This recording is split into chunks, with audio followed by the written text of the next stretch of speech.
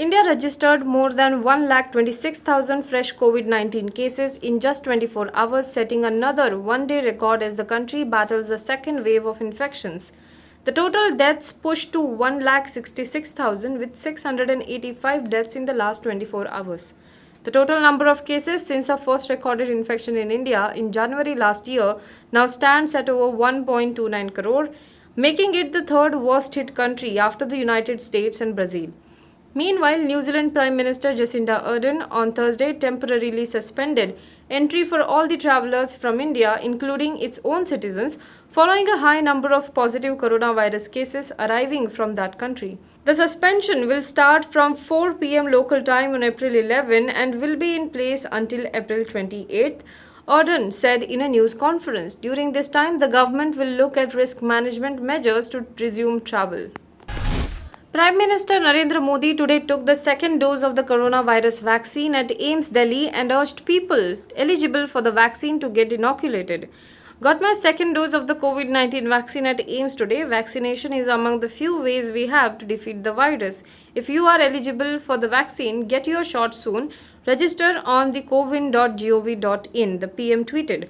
Modi received the first dose of the vaccine on March 1st, kick-starting the new phase of the coronavirus vaccination drive in India when the country began covering people over 60 and those over 45 with comorbidities. India has now opened the vaccination drive to anyone above the age of 45 from April 1st. The latest vaccination drive has also seen a tug-of-war between centre and states such as Maharashtra. After Maharashtra's SOS on vaccines, Union Health Minister Vardhan on Wednesday slammed what he called deplorable attempts by some state governments to distract the attention from their failures and spread panic among the people. The lackadaisical attitude of the Maharashtra government had singularly bogged down the entire country's effort to fight the virus, he said in a furious statement. Maharashtra Health Minister Rajesh Tope said this morning that the state may run out of COVID vaccine in 3 days and that he had asked the centre to send more stocks soonest, with cities like Mumbai forced to shut down vaccination centres or turn people away. Vardhan called them irresponsible statements that had the potential to mislead the public and spread panic. Stating that he wanted to set the record straight, he wrote, "I am constrained to speak out now because my silence should not be misconstrued for my weakness. Playing politics is easy, but improving governance and health infrastructure is the real test."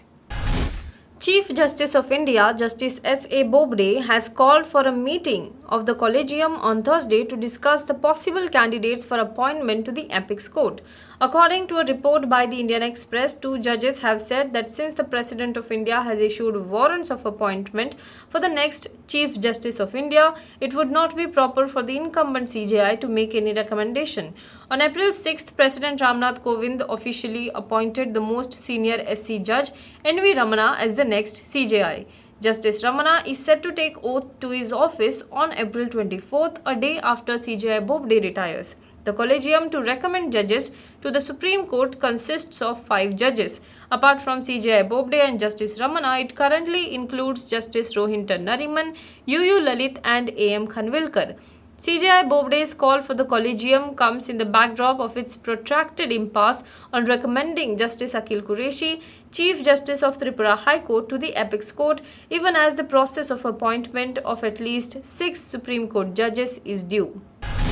European Commission President was taken aback to find her fellow top EU officials taking the only chair available next to the Turkish President Recep Tayyip Erdogan when the duo visited Ankara, and her spokesman made that clear on Wednesday.